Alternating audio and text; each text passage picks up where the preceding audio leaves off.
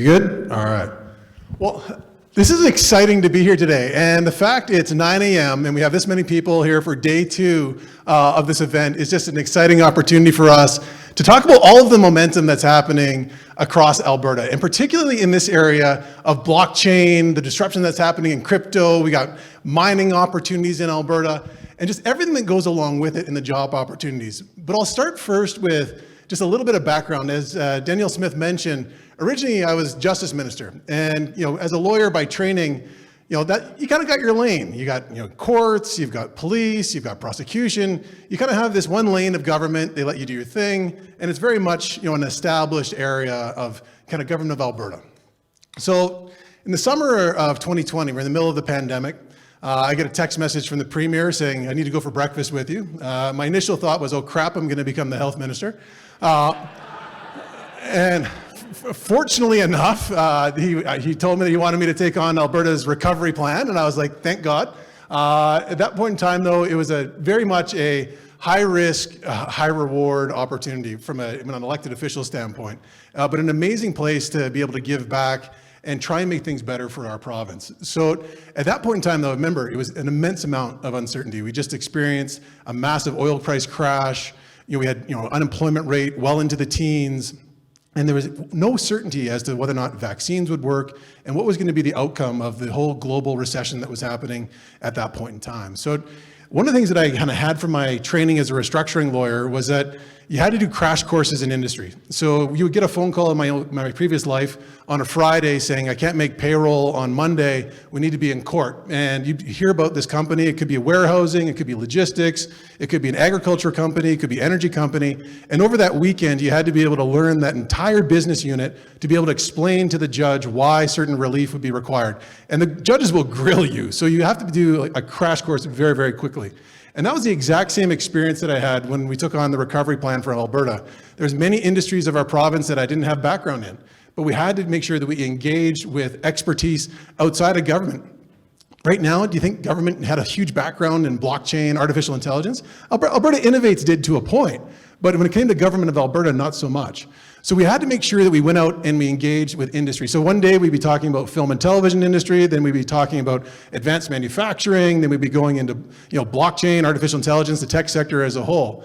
And I must say that at that point in time, you kind of had to digest all that information coming in and figure out exactly where were the opportunities for Alberta. And we held a press conference shortly after I took on this new role where I said we were going to put a flag in the ground to make sure Alberta became a tech player in Canada, just bar none.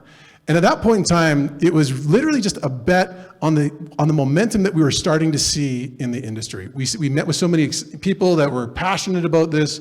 We knew that diversification was key to the long-term economic strength of Alberta, and we wanted to engage the industry. But when you fast forward now, 2 years from when we started that, it was a good bet.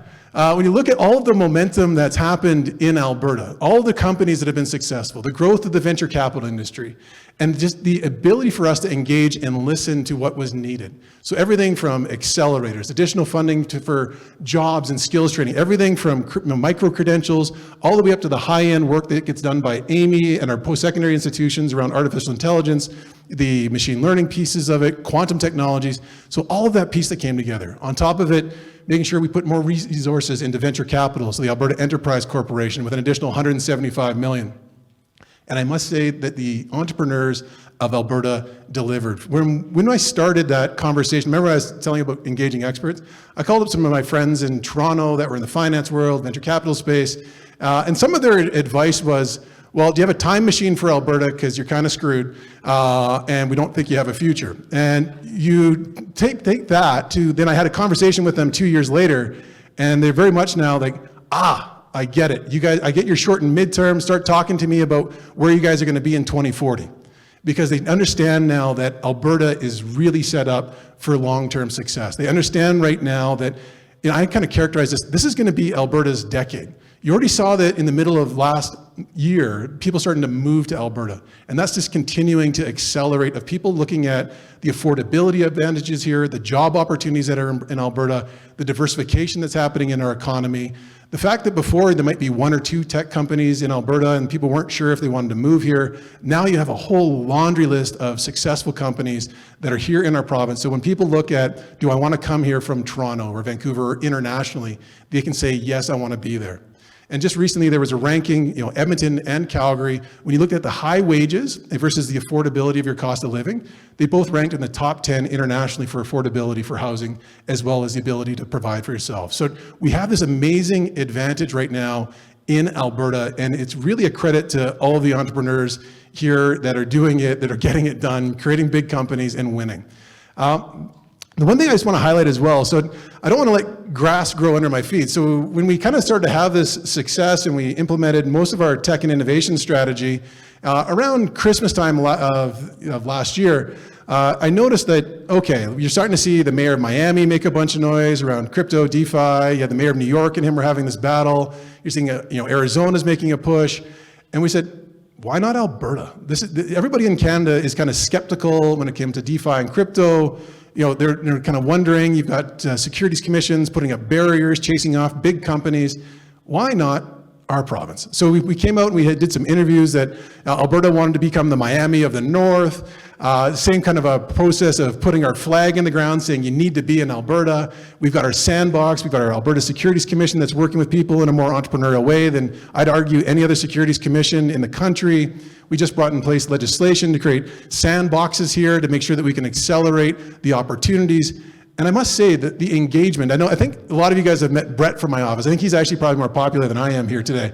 But Brett has been engaging with everybody that he possibly can in industry about how do we grow out the next level of Web3 in Alberta. Let's be imaginative as a government. How do we break down any barriers that you're experiencing in real time to make sure that you are successful long-term here in Alberta? And I must say that the response from industry, the interest in Alberta over the last 3, 4, 5 months has just been overwhelmingly positive, and we're excited about where this can go.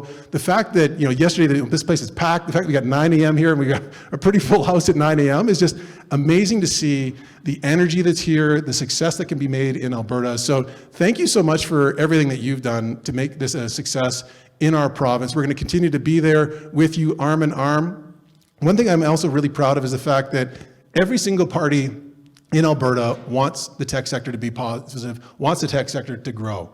You couldn't have necessarily said that 5 or 10 years ago. The fact that some folks were maybe skeptical as to what the value was, but right now we understand the value, the diversification opportunities, the job creation that can happen in Alberta. So a huge thank you to you. I will not get into the technical aspects of blockchain. I'm a lawyer. I can give you a really good demo on a Word document, but I will not go into the blockchain or any of the technical pieces that go into it. But we understand where the career opportunities here are. We're investing in our post-secondaries. We're investing in skills. We're fast-tracking immigrants to come into Alberta as well to help us capitalize on the growth opportunities. So thank you to all of you for everything that you're doing for Alberta. We want you here. If there's international companies here, I think there's a couple that are looking at coming to our province. We want you. We'll figure it out. If you're interested in data mining, we'll figure it out. If you're interested in green mining, we'll figure it out. We really want to make sure that we get this done for Alberta. This is the place in the country to get this done. We're the most entrepreneurial province. We are building that reputation again that we used to have. It's now here in Alberta. This is going to be our decade. Thank you so much.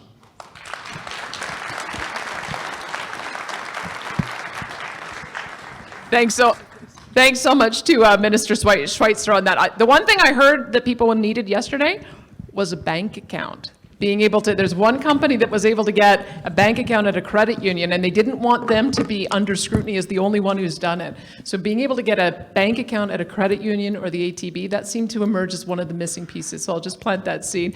Let me hand it over to Kalea, because there's a pretty exciting announcement coming underway here. Awesome. Well, thank you so much for your opening remarks. Those were incredible. And one of the things that we are really excited that the Minister is going to be presenting today is the amount of funds that we were able to raise for the Glen Rose Foundation. So I know so many of you, thank you so much. You either donated silent auction items, cash donations, the raffle. So thank you so much. I know Matt McGuire, we have Karim with iMining, and we had Ryan Mueller with Phantom. Between those three individuals, we raised $10,000, and between our silent auction and all the others, we raised more money. So we're going to present on stage. If you guys want to come on out. $13,880 was raised for the Glen Rose yesterday. So Mark, Matt, McGuire, Ryan, if you're here, Karim, if you'd like to come up, we'd like to take a photo. Thank you guys on stage for this. And like just one more round of applause. If you can believe we did this in a day.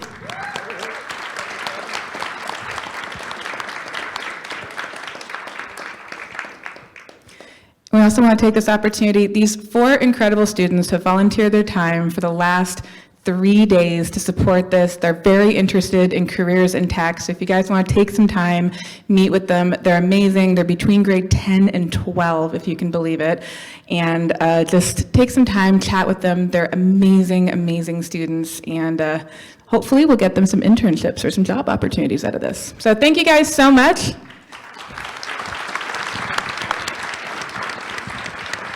All right. Thank you so much. I appreciate everything that you guys are doing. If you want to thank our volunteers, they're the ones wearing the I Love Alberta Tech t-shirts. And there are more alongside the students that we have here today. All right. So